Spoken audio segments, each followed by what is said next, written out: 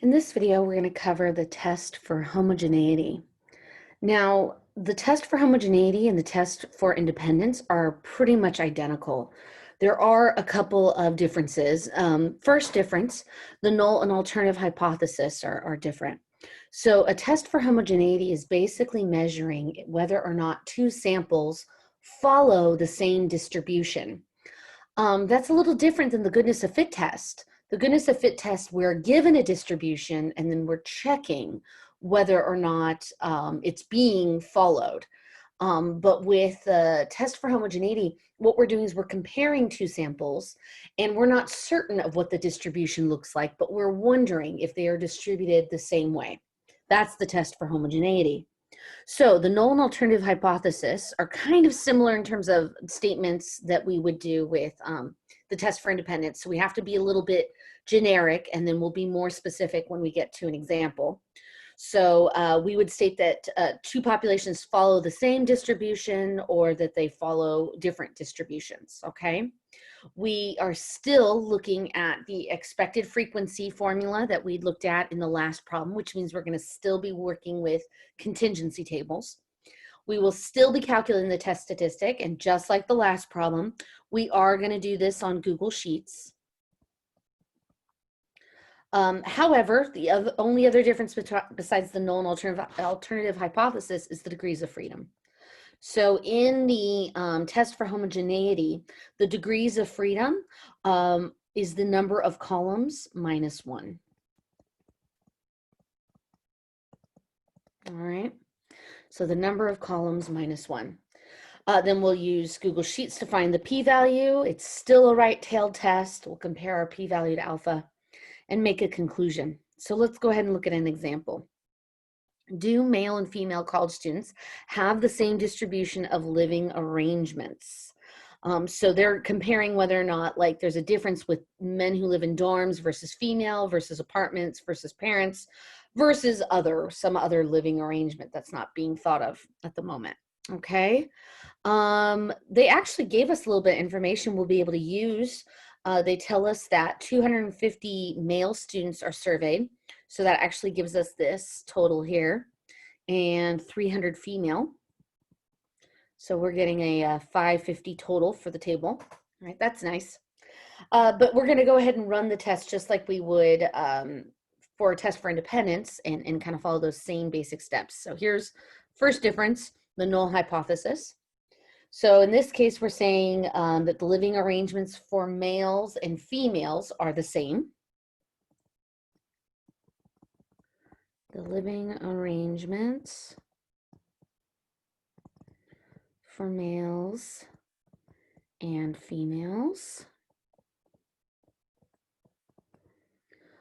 are the same.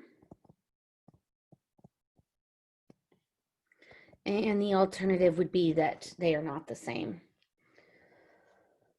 The distribution for males and females are different for living arrangements.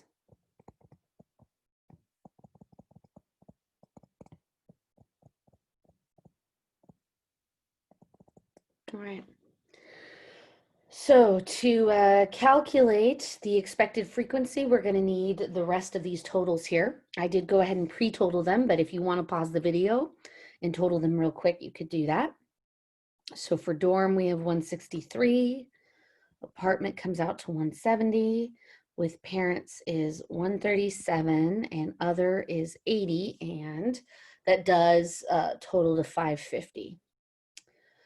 Okay, so now we need to calculate the expected frequencies, and just like with the last problem, we're going to have to take row 1 times column 1, and that's going to give us the dorm, the males who live in a dorm, okay, the expected amount for males who live in dorm.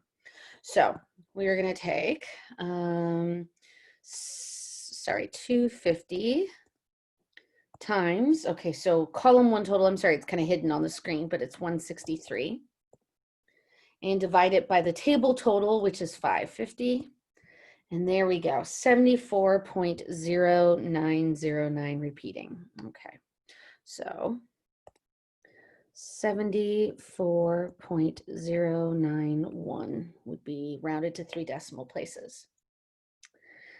And then for females, we'll do it that way. We'll do for females. So we're going to do, that would be row 2, column 1. So I'd be using 300, row 2, times 163 divided by 550. So let me go ahead and do that. So 300 times 163 divided by 550 gives me 88.90 repeating. So 88.909, and then it keeps repeating. All right, if you want to pause the video and calculate the rest of these expected values, that's a good idea. I'm going to go ahead and complete the tables so that we can move on. So this comes out to 77.273, 62.273, and 36.364. And then here I'm getting 92.727, 74.727, and 43.636.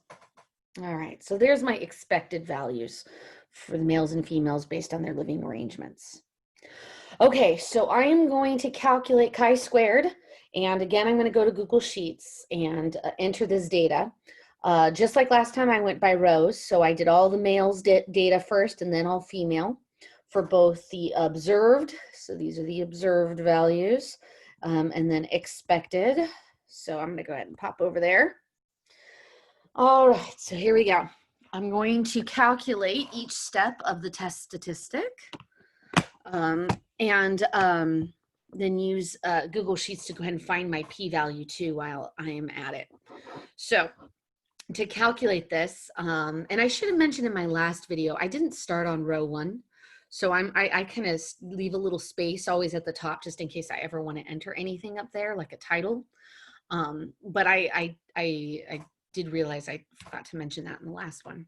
So if I want to subtract them, I need to say equals, and then the very first number is observed, so that would be A3 minus B3 equals, there's my first number, and I'll go ahead and copy and paste that. So I just repeated exactly what I did, but in the rest of the cells. And now I want to square each of these. I didn't mention the last video, but one way to square them, if you don't like to use the exponent button or the caret symbol, is to just multiply the number by itself. So you could do C3 and then times it by C3 and equals, or enter. All right. And then I'm going to go ahead and copy this and then paste that into these. Just showing the work there. All right. And now I'm going to divide each of those in column D by the numbers in column B. So I'm going to take D3 and divide that by B3. Highlighted the ones I wanted. And I'm going to go ahead and copy and paste that. And now I want to go ahead and total these up. I want to add them together. And you could use your calculator, but I'll use Google Sheets. I'm going to come over here to functions. And oops, because I scrolled down earlier, at the top is sum. So sum, and it's verifying those are the numbers I'm wanting to sum. Yes, and there is my test statistic. Chi-squared. All right. So now that I have my test statistic, I'm going to go ahead and find my p-value. But to do that, I need the degrees of freedom. So here, I'm going to go ahead and switch back to my other sheet and write down my test statistic. So 10.129, I guess, would be the rounded version.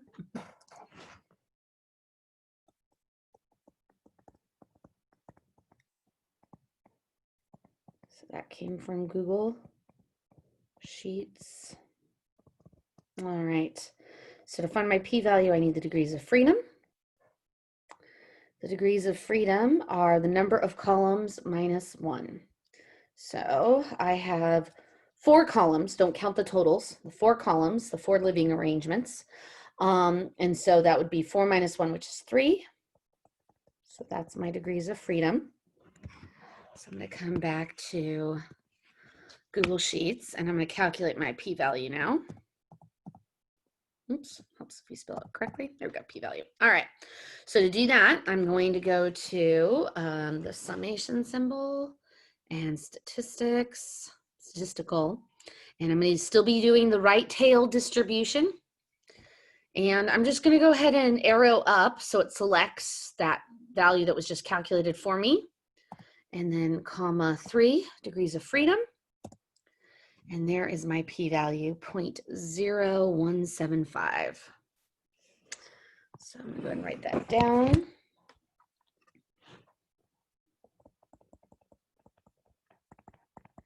Zero 175. And alpha is 0.05. So this is less, and therefore we will reject the null. All right, which means that the distribution is different for male and female. Okay, so just to write the summary sentence, there is enough evidence to say that the living arrangements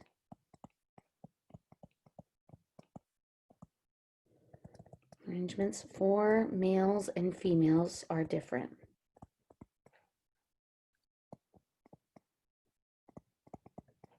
Oops. Or I should say follow a different distribution. Meaning they don't have the same percentage breakdown. That's what they mean by different distribution. And that's it.